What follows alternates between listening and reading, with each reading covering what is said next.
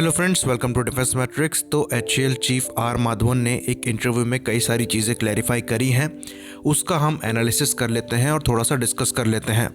तो उन्होंने पहली चीज़ ये बताई कि जो जनरल इलेक्ट्रिक के F404 IN20 इंजन्स होंगे जो कि 83 तेजस मार्क 1A में लगेंगे, उनको डायरेक्टली खरीदा जाएगा जनरल इलेक्ट्रिक से, कोई भी टेक्नोलॉजी ट्रांसफ़र के साथ नहीं लिया जाएगा।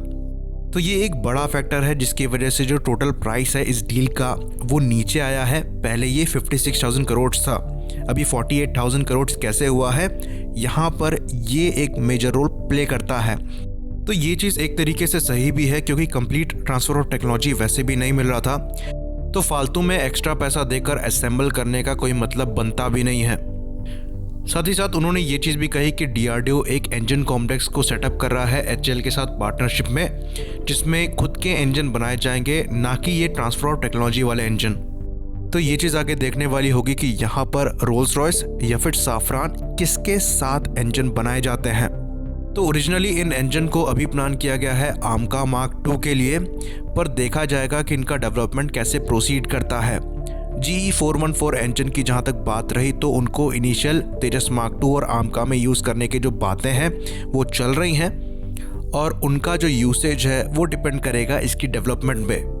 तो दूसरी जो बात निकल कर यहाँ से सामने आई है वो ये आई है कि मार्च तक 5 FOC तेजस जो है वो डिलीवर कर दिए जाएंगे इंडियन एयरफोर्स को।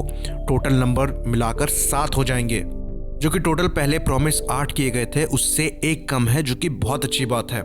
तो जो पहले न्यूज़ निकल कर सामने आ रही थी कि टोटल 5 या 6 ही किए जा सकते हैं, उसको यहाँ पर गलत साबित करते हुए आर माधवन ने ये बात कही है कि टोटल 7 डिलीवर किए जाएंगे। तो जिस तरीके से चीज़ें चल रही हैं HAL के साथ, हमें ऑप्टिमिस्टिक होने का मौका मिलता है यहाँ पर उनके फ्यूचर प्रोजेक्ट्स के साथ, जहाँ पर ऐसा लगता है कि इन्होंने जो जिम्मेदारियाँ ली हैं उन्हें ये समय पर डिलीवर करने में सक्षम रहेंगे। बाकी तेजस मार्क 2 की बात करते हुए उन्होंने टाइमलाइन को दोहराया और ये कहा कि जो पहला प्रोटोटाइप है वो अगस्त 2022 तक बाहर आ जाएगा और उसकी फर्स्ट फ्लाइट अगस्त 2023 में होगी। मेटल कटिंग जैसा कि हम जानते हैं फरवरी 2021 यानी कि इसी साल से चालू होनी है। तो यहाँ पर भी जो चीज़ें प्रोजेक्ट करी जा रही हैं वो टाइम पर करी जा रही हैं, जो कि बहुत ही अच्छी बात है। तो अगर इसी ट्रैक पे HAL चलता है तो वो अपने पुराने जो दाग हैं उनको साफ करने में सक्षम होगा, जिसके लिए बहुत हद तक जो रूलिंग गवर्नमेंट थी वो भी रिस्पॉन्सिबल थी।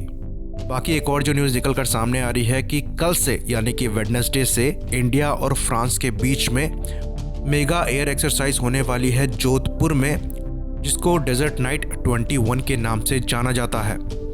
तो ये जो जोधपुर एयरबेस है ये एक्चुअली इंडिया के फ्रंटलाइन एयरबेसेस में आता है, जहाँ पर जो दोनों कंट्री के फ्रंटलाइन फाइटर्स हैं जिसमें रफाल इन्वॉल्व्ड हैं, साथ ही साथ Su-30 MKIs भी हैं, वो पार्टिसिपेट करेंगे। इसमें बाकी दोनों कंट्रीज़ के टैंकर्स वगैरह भी होंगे और सपोर्ट एयरक्राफ्ट की फ्लीट भी होगी। ये जो एक्सरसाइज है ये एक्चुअली एडिशन है गरुड़ा एक्सरसाइज का, जो कि इंडिया और फ्रांस के बीच में होती थी। तो इस डेजर्ट नाइट एक्सरसाइज को ऐड किया गया है म्यूचुअल कोऑपरेशन को एनहेंस करने के लिए, जो म्यूचुअल ऑपरेशनल कैपेबिलिटी है उसको बढ़ाने के लिए। तो इसी बात पे इन अपडेट्स को ख़त्म करते हैं। लाइक करिए, सब्सक्राइब करिए। जय हिंद।